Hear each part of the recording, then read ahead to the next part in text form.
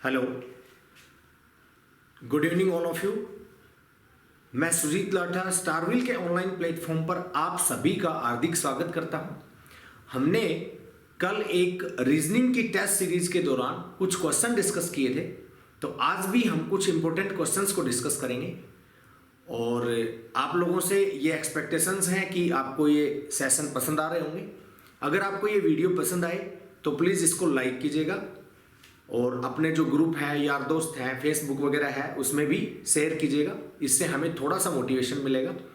अगर कोई हमारे चैनल पर या इस वीडियो को पहली बार देख रहा है, ठीक है, नया है, तो इस चैनल को सब्सक्राइब कर लीजिएगा और बेल आइकन को भी प्रेस कर लीजिएगा ताकि आने वाली जो वीडियोज़ हैं उनकी नोटिफिकेशन आपको टाइमली प्राप्त होती रहे। तो आज के सेशन की शुरुआत करते हैं और आज की जो टेस्ट सीरीज है उसका पहला क्वेश्चन आपकी स्क्रीन पर रहा। इसको आप एक बार पढ़िए और बनाने का प्रयास कीजिए।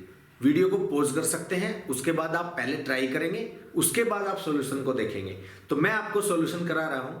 इसमें देखिए क्वेश्चन दे रखा है, यदि अंग्रेजी वर्णमाला के सभी व्यंजनों को उनके व्यंजन मान से, कॉन्सोनेंट वैल्यू से प्रतिस्थापित या इंटरचेंज कर दिया जाए तो उनका टोटल सम ऑफ क्या होगा, कुल योगमान क्या होगा। तो आपसे अगर पूछा जाए कि टोटल इंग्लिश अल्फाबेट में लेटर कितने होते हैं, तो आप कहेंगे कि सर ए से लेकर जेड तक टोटल लेटर कितने होते हैं, तो 26 लेटर होते हैं हमारे पास। अगर मैं आपसे बात करूं यहां पर टोटल नंबर ऑफ वोवल्स कितने होते हैं, तो आप कहेंगे कि सर ये 5 होते हैं और इनका नाम भी हम लिख सकते हैं। टोटल नंबर ऑफ वोवल्स कितने होते हैं, 5 होते हैं। और अगर बात की जाए टोटल नंबर ऑफ कॉन्सोनेंट कितने होते हैं, तो आप सभी जानते हैं कि टोटल नंबर ऑफ कॉन्सोनेंट कितने होते हैं, 21 होते हैं। हमारा क्वेश्चन कुछ इसी प्रकार का है जिसमें कॉन्सोनेंट के बारे में हमें बात करनी है, व्यंजन के बारे में हमें बात करनी है। क्या कह रहा है, व्यंजन जो है उन सभी को व्यंजन मान से ही इंटरचेंज कर दिया जाए। तो हम ये जानते हैं कि टोटल नंबर ऑफ कॉन्सोनेंट कितने होने हैं, 21। तो उनकी जो वैल्यू है कॉन्सोनेंट की वो भी तो क्या होनी है, 21। जैसे कि अगर मैं यहां पर बात करूं तो पहला कॉन्सोनेंट क्या होगा, बी होगा। इसके बाद दूसरा कॉन्सोनेंट क्या होगा, सी होगा। तीसरा कॉन्सोनेंट क्या होगा, डी होगा। चौथा कॉन्सोनेंट क्या होगा, एफ होगा, क्योंकि ई तो क्या हो जाएगा, वोवल हो जाएगा। इसी प्रकार से हम आगे चलते जाएंगे वाई और जेड तक। तो ये हमारा कौन सा होगा, 20th कॉन्सोनेंट होगा और ये हमारा 21st कॉन्सोनेंट होगा। तो हमें करना क्या है, हमें 1 से लेकर 21 तक की वैल्यू को ऐड करना है और हमें हमारे क्वेश्चन का राइट आंसर है वो क्या हो जाएगा, प्राप्त हो जाएगा। तो इसको ऐड करने के लिए हमें ये पता है कि मैथ्स में नेचुरल नंबर्स के टोटल के लिए एक फॉर्मूला यूज किया जाता है, n इंटू n प्लस 1/2। इसको यूज करके हम इसका आंसर इजीली फाइंड आउट कर सकते हैं। तो क्या करेंगे हम, n हमारे लिए क्या हो जाएगी वैल्यू, जो लास्ट नंबर है 21 हो गया। इनटू में हम क्या करेंगे, n प्लस 1 क्या हो जाएगा, 22, अपॉन में क्या हो जाएगा 2। इसको सोल्व करेंगे तो हमारे पास जो राइट आंसर होगा वो क्या हो जाएगा, 23 और 1 यानी कि 231, 231 हमारे कॉन्सोनेंट की वैल्यू का टोटल होगा और यही इस क्वेश्चन का राइट आंसर होगा। आई होप आपको ये क्वेश्चन समझ आया होगा। अगर आपको क्वेश्चन समझ नहीं आया है तो एक बार वीडियो को फिर से देखिएगा, आपको समझ आ जाएगा। चलिए बढ़ते हैं नेक्स्ट क्वेश्चन की ओर। आप लोग बनाकर देखिएगा और फिर हम इसको डिस्कस करते हैं।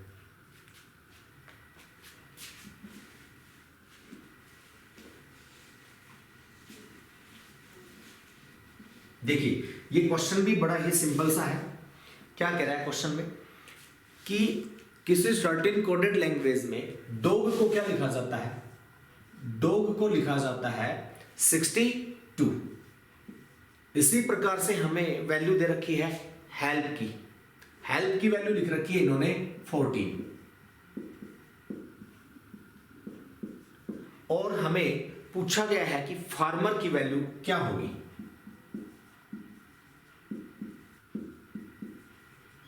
अब देखिए कोडिंग डिकोडिंग के टॉपिक से क्वेश्चन है, हमें अल्फाबेट की रियल वैल्यू, अपोजिट वैल्यू और डबल वैल्यू, ये तीनों प्रकार की वैल्यू कम से कम हमें माइंड में होनी चाहिए, याद होनी चाहिए।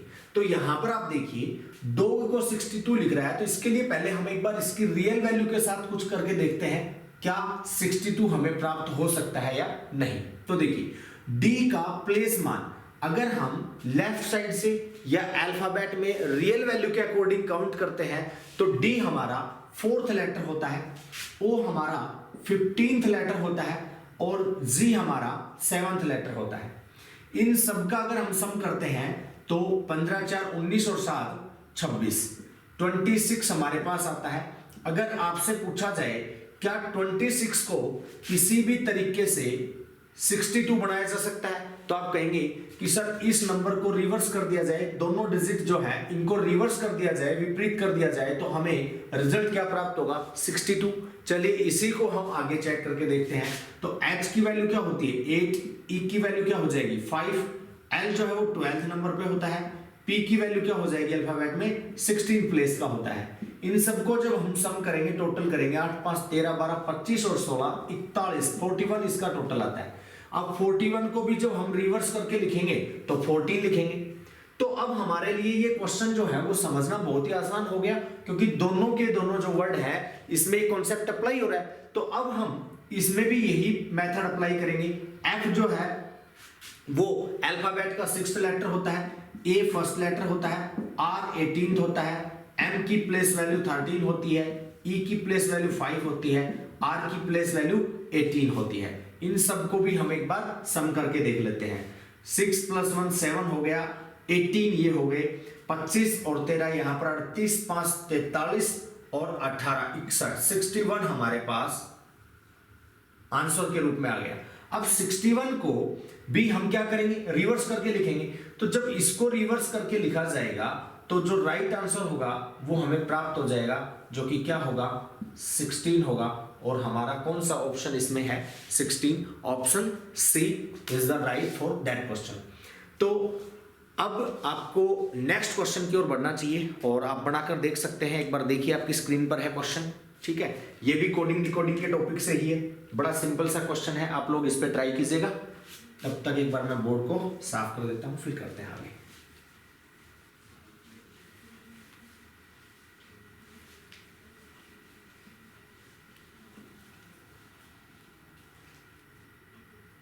देखिए ये भी बड़ा सिंपल क्वेश्चन है।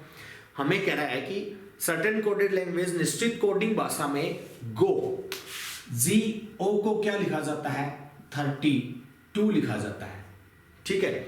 और आगे हमें बता रखा है C को क्या लिखा हुआ है, C को इन्होंने लिखा है 49 और पूछा गया है कि सम का कोड क्या होगा। क्वेश्चन बहुत ही सिंपल है, लेकिन समझने के लिए पहले हमें एक बार इसमें ये ट्राई करनी होगी कि इसकी वैल्यू 32 किस प्रकार आई होगी। अगर हम बात करें G की रियल वैल्यू, जो रियल इसका प्लेस मान है तो वो होता है 7, O का होता है 15, 15 और 7 को ऐड करते हैं तो क्या आता है हमारे पास 22 आता है, ना कि 32। अब इसमें हम एक और कॉन्सेप्ट देख सकते हैं, इसमें हम अपोजिट वैल्यू भी देख सकते हैं। तो अपोजिट वैल्यू कैसे हम देखेंगे, देखिए G का अपोजिट मान है वो होता है, G का अपोजिट T का मान क्या होता है 20, O का अपोजिट मान होता है 12। इसको फाइंड आउट करने के लिए अगर आपको ये पैटर्न डायरेक्ट नहीं पता चलता है तो आप क्या कर सकते हैं, हमें ये मालूम है कि रियल वैल्यू, किसी भी लेटर की रियल वैल्यू प्लस में अपोजिट वैल्यू का जो सम होता है वो हमेशा क्या होता है 27 के इक्विवेलेंट होता है, 27 के बराबर होता है। यहां मैं लिख देता हूं 27 इन दोनों का सम होता है।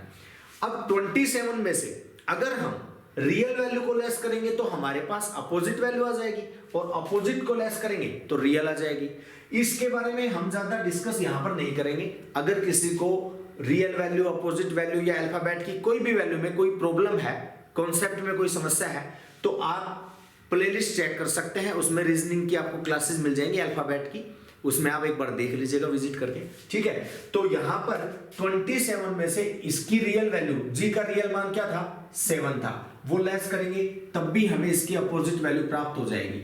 OV लिख रहा हूं मैं यहां पर, अपोजिट वैल्यू लिखी है मैंने G की 20 और 27 में से अगर मैं O का जो रियल मान वैल्यू होती है 15, इसको जब मैं लेस करता हूं यहां पर, तो यहां से तो हमें 20 प्राप्त हुआ था और यहां से हमें क्या प्राप्त होगा, 12 प्राप्त हो जाएगा। ठीक है, तो हमें ये पता चल चुका है कि ये अपोजिट वैल्यू है और इनका अगर हम सम करते हैं तो वो किसके बराबर होता है, 32 के बराबर होता है। ठीक इसी प्रकार से इसमें देखते हैं तो S जो होता है इसकी जो अपोजिट वैल्यू होती है वो क्या होती है, S को आप H के साथ अपोजिट में बना सकते हैं, तो इसकी अपोजिट वैल्यू होती है 8।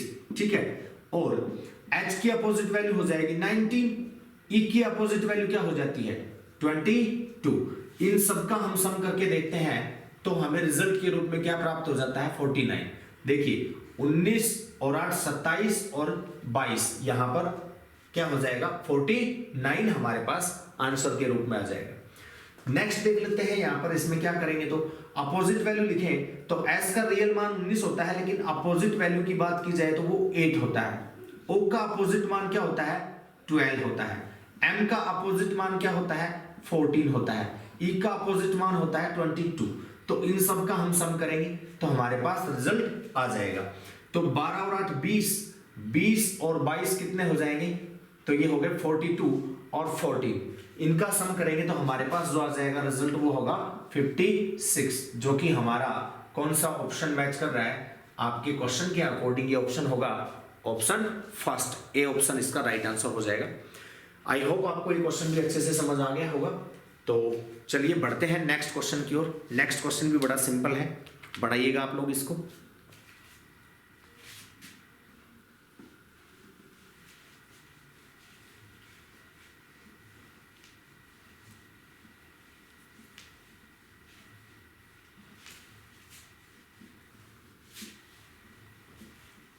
देखिए क्वेश्चन है, एक व्यक्ति से जब पूछा गया कि उसके पास कितनी भैंसें हैं वह मुर्गियां हैं, तो उसने कहा कि उसके जानवर की 120 तो आंखें हैं और 180 पैर हैं, उसके पास कितनी मुर्गियां हैं।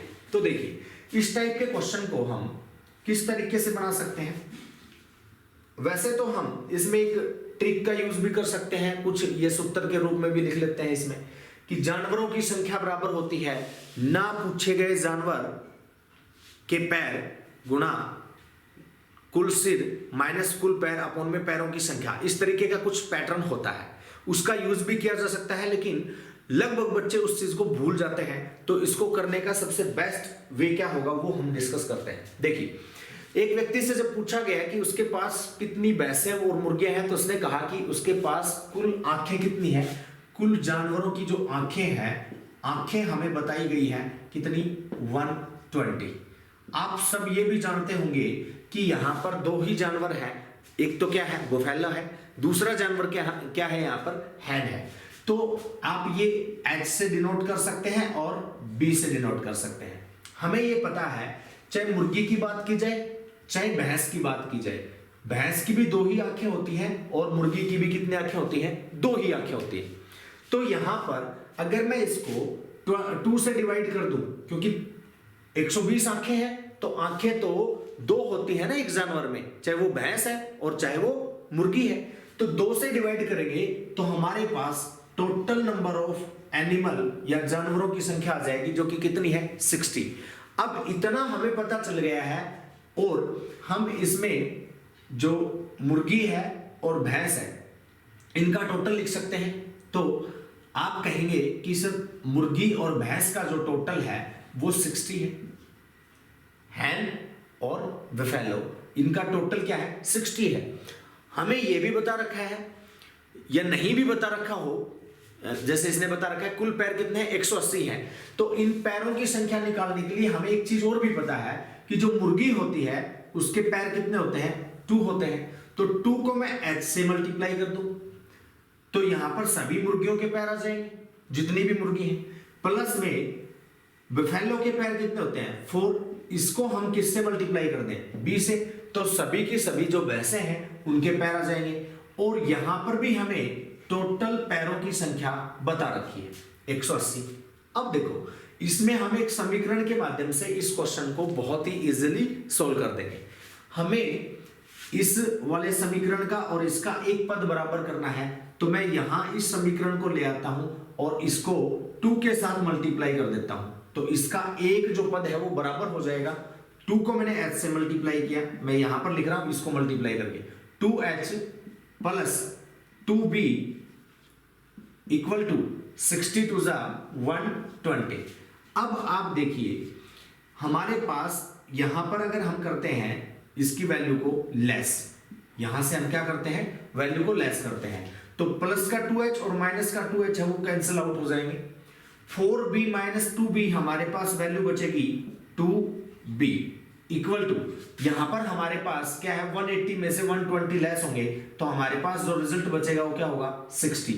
अब 2b की वैल्यू 60 है तो b इक्वल टू क्या हो जाएगा हमारे पास 60/2, हमारा आंसर आ गया है 30।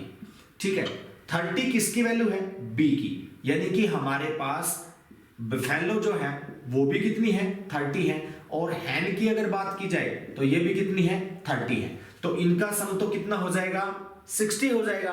और अगर हमें ये भी चेक करना पड़ जाए कि इनके पैर कितने हैं, तो इसके पैर कितने हो जाएंगे 30 दूनी 60, 60 पैर तो किसके हो जाएंगे मुर्गी के, और इसके पैर कितने हो जाएंगे 4 होते हैं ना भैंस के, तो 30 चौका 120 पैर इसके हो जाएंगे, तो इसको 4 से मल्टीप्लाई करेंगे और यहां पर हमारे पास पैरों की संख्या इसकी 120 प्लस में इसकी 60, इनका सम फिर से क्या आ गया है 180। तो क्वेश्चन हमारा बिल्कुल ही सिंपल सा है। हमें क्वेश्चन में पूछा गया है कि कुल मुर्गियां कितनी हैं, तो मुर्गियां भी कितनी है 30 है, हमने निकाल लिया है। और अगर पूछा जाता कि बफेलो कितनी है तब भी अपना आंसर क्या होता 30।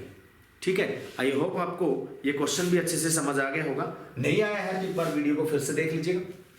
चलिए नेक्स्ट क्वेश्चन की ओर बढ़ते हैं। तो आज के सेशन का हमारा लास्ट क्वेश्चन है, ये आपकी स्क्रीन पर है और ये डाइस के टॉपिक से, पासे के टॉपिक से है क्वेश्चन, और इसको आप बनाने का प्रयास कीजिए, फिर हम इसको डिस्कशन करते हैं।